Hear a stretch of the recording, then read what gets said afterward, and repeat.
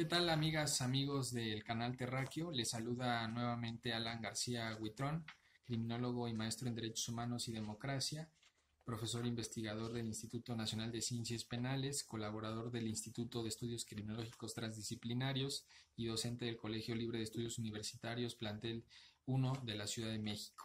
Agradezco, antes de entrar en materia, como siempre, a la licenciada Lulú Gordillo por la invitación y por generar este tipo de espacios digitales a efecto de conocer y discutir temas de índole nacional.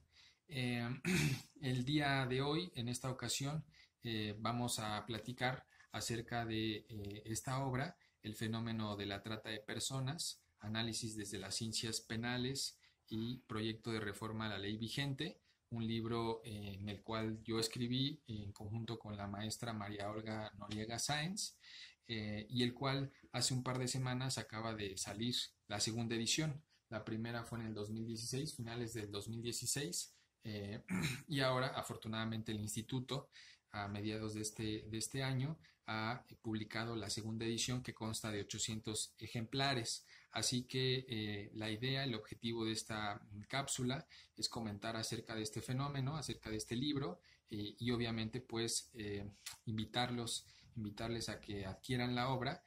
Posiblemente en estas semanas ya esté disponible en el Instituto Nacional de Ciencias Penales, en Villuris, en El Sótano, en Porrúa, en Gandhi. También les comunico que posiblemente el día 30 de julio, martes 30 de julio, a las 6 de la tarde, vayamos a presentar esta obra en el Instituto Nacional de Ciencias Penales, en el auditorio Alfonso Quirós Cuarón. Y bueno, repito, ¿no? La idea es comentar este libro.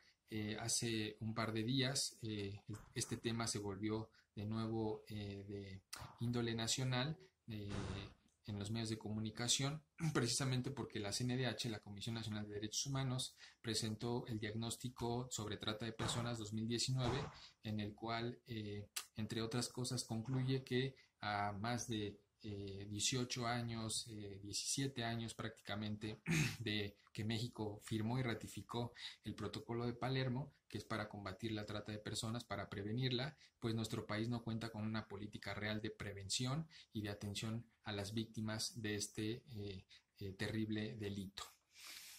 Así que, en consecuencia, este tema se vuelve nuevamente crucial y fundamental discutirlo, y en consecuencia generar una verdadera política de prevención, de represión, de control, de reparación del daño. Este libro, como les decía, se intitula El fenómeno de la trata de personas, análisis desde las ciencias penales y proyecto de reforma a la ley vigente. El objetivo principal de esta obra es doble. Por un lado, analizar este complejo fenómeno, no solo jurídico, sino social, económico, político y cultural, a través de diferentes disciplinas, de diferentes saberes, no solo lo jurídico, sino también lo criminológico, lo victimológico, lo histórico, lo sociológico.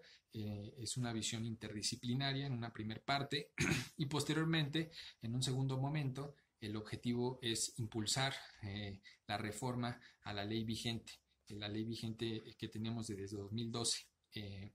Sobre ello es importante mencionar que en 2014 empezó un movimiento legislativo muy importante en el Senado de la República, de la mano de las senadoras Dávila del PAN, Angélica de la Peña y Lucero Saldaña del PRI, precisamente para hacer una serie de reuniones con expertos, con operadores, con sociedad civil, con víctimas y en consecuencia proponer, como al final sucedió, una reforma a la ley vigente que este libro apoya totalmente. Y que desafortunadamente no sucedió cuando llegó dos veces por unanimidad en el Senado, cuando llegó a Cámara de Diputados, se modificó, se echó para atrás, en fin. Entonces creo que es importante que esta obra se haya reeditado y que nuevamente el tema esté sobre la mesa en el marco de esta nueva transformación, de esta transición política, y que esperemos que las legislaturas, las nuevas legislaturas en ambas cámaras, pues retomen y aprovechen esta coyuntura para generar esa tan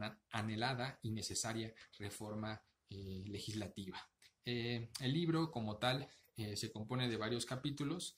Trataré de subrayar tres que me parecen fundamentales. Un primero de ellos, que es precisamente con el que iniciamos esta obra es sobre la definición. Y es que en términos generales existe una complicación, existe una confusión de cómo entender la trata de personas. Como les decía, México firmó y ratificó el Protocolo de Palermo en el 2003. A partir de ahí surgió la primera ley, que fue de 2007, una ley federal, y posteriormente fue derogada esta ley y surgió la ley vigente que tenemos en México desde 2012. Desafortunadamente, estas dos leyes han tenido importantes avances, pero también errores muy evidentes. Por ejemplo, el error más duro de la ley de 2007 fue que no combatía la trata interna, solamente se actualizaba el tipo penal cuando fuera cometido por delincuencia organizada, servidores públicos, cuando se cometiera a nivel nacional pero tuviera efectos en el extranjero o al revés. Entonces, con ello dejaba impune la trata interna, que era precisamente desde 2008, decía Naciones Unidas, la que más estaba creciendo. La de 2012 afortunadamente combate la trata interna, es impulsada principalmente por diversas organizaciones de la sociedad civil, pero hay un elemento, entre otros, el más importante es que rompe con el tipo penal. El tipo penal que nos dice Naciones Unidas en este protocolo de Palermo es que la trata de personas se compone a nivel jurídico de tres componentes. Las acciones, que puede ser la captación, el traslado, el transporte, la aceptación, el reclutamiento, en fin. Los medios, que es ese reclutamiento a través de la violencia, a través de las amenazas, del enamoramiento, de violencia, en fin, con la finalidad, y aquí viene el tercer aspecto que son los fines, de la explotación humana. Y esta explotación humana pues tiene diversas finalidades o diversas prácticas. Principalmente se han visibilizado dos, que es la explotación sexual a través de la prostitución ajena y también los trabajos forzados, pero hay un sinfín de prácticas como puede ser la mendicidad forzada, la utilización de menores en la delincuencia organizada, la esclavitud, en fin, el embarazo forzado, hay diferentes prácticas. Entonces, en la legislación vigente, el problema es que en el artículo 10 tajan el tipo penal y quitan los medios comisivos, con lo cual, en términos generales, no se combate la trata de personas, quienes están en la cárcel no son los verdaderos tratantes y por otro lado se revictimiza a personas que por ejemplo se puedan dedicar libremente como su derecho al sexo servicio. Es así que tenemos una política derivada del diseño legislativo y normativo que no combate la trata de personas, sino los delitos fines en materia de trata de personas, como lo ha dicho tanto Naciones Unidas en su diagnóstico del 2014 como la CNDH ahora en el diagnóstico de 2019. Es por eso que este libro lo comenzamos haciendo una reflexión sobre la definición, tanto a nivel internacional, nacional, sobre su evolución, sobre los elementos característicos del tipo penal, en fin. El segundo apartado que quisiera yo subrayar tiene que ver precisamente con los aspectos criminológicos y victimológicos a nivel nacional e internacional de este fenómeno delictivo que es la trata de personas. Como les decía, el libro trata de generar una visión interdisciplinaria, no solo jurídica, y es así que este apartado subraya los aspectos criminológicos y victimológicos, principalmente en dos vías. Por un lado, para conocer los perfiles criminológicos y victimológicos, quiénes son los tratantes, quiénes son las víctimas, y por otro lado también generar diferentes teorías criminológicas y victimológicas que nos ayuden a generar políticas públicas, a generar programas de prevención en torno a por qué está sucediendo esto, cuáles son las explicaciones. Por un lado, de ser muy breve, los perfiles. Aquí el problema es que las bases de datos, la información con la que cuenta tanto a nivel nacional e internacional es muy pobre y eso impacta en cómo conocemos los perfiles. En términos generales, en cuanto a las víctimas, sabemos que la mayoría son mujeres y niñas, aunque recientemente, sobre todo desde el 2008 con la crisis financiera económica de Estados Unidos y que después se globalizó a todo el mundo, también hombres y niños en el trabajo forzado. Las dos modalidades más importantes, o los dos fines, son la explotación sexual, principalmente de prostitución ajena, y el trabajo forzado. Aunque aquí cabe señalar que estas son las dos finalidades que más visibiliza el Estado y no son necesariamente las que más se dan, ¿no? Ya hablábamos de 26 tipos penales, pero el Estado y las políticas criminales siguen enfocándose solo en la parte sexual y en la parte laboral. También sabemos que de la parte de las víctimas, la mayoría son nacionales, hay muy pocas extranjeras, aunque sigue siendo importante el fenómeno de la trata transnacional, pero la mayoría son nacionales. Hay un fenómeno de la trata interna muy importante, donde la víctima y el victimario, incluso son pocos casos, pero muy relevantes, nos dice la CNDH en este diagnóstico 2019, donde hay una relación de parentesco. Eso es muy importante también para generar políticas públicas. En cuanto al victimario, sabemos que la mayoría son hombres, aunque también hay una cada vez mayor participación de las mujeres que tratan a otras mujeres o a niñas.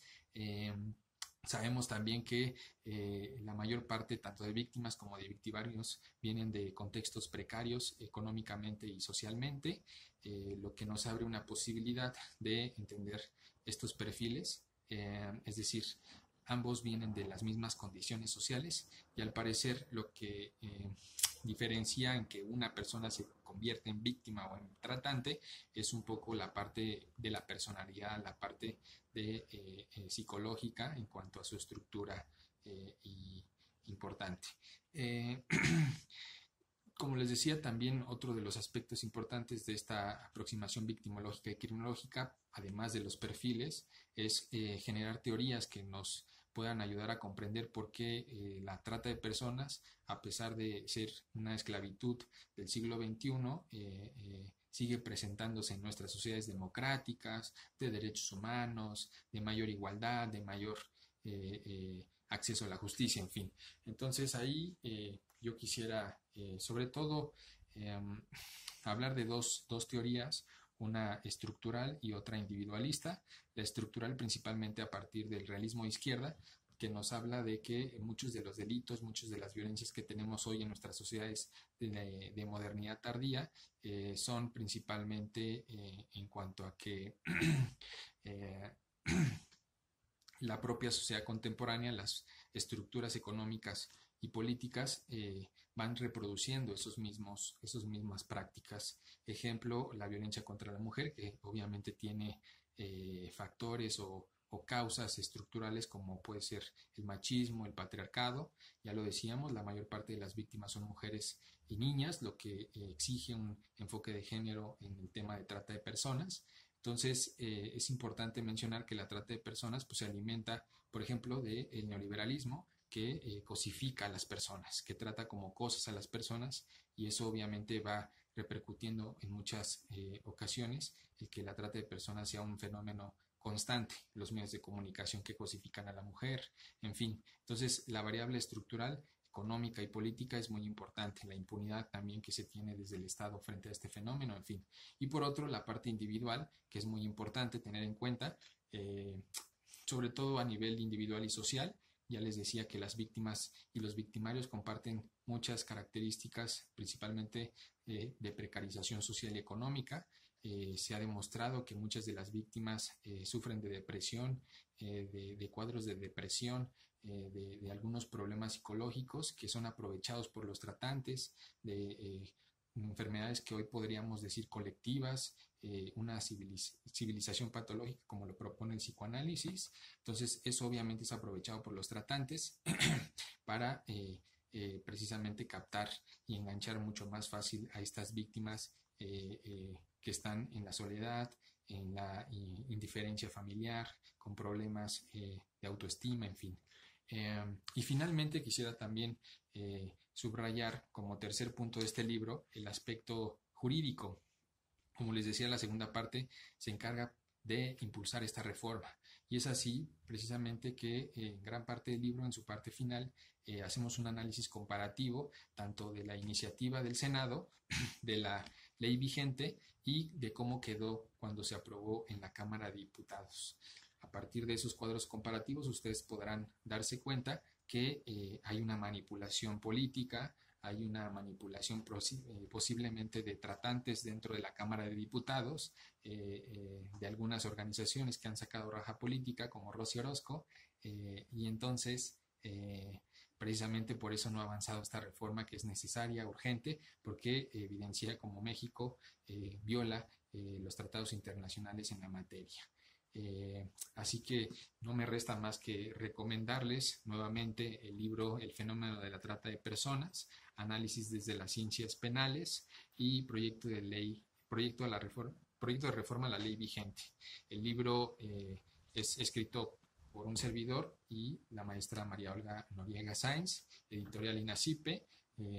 Repito, en próximas semanas ustedes podrán adquirirlo tanto en el INACIPE, en Villuris, en el Sótano, en Gandhi, y los espero, por supuesto, ahí en las redes sociales. Próximamente subiré la información completa el 30 de julio a las 6 de la tarde para la presentación en el INACIPE, en el Auditorio Quirós Cuarón. Agradezco nuevamente a Lulú Gordillo y espero volverlos a encontrar en próximas ocasiones, en próximas cápsulas, y también obviamente podrán ahora mismo hacer sus comentarios, reflexiones en torno a este tema que es la trata de personas.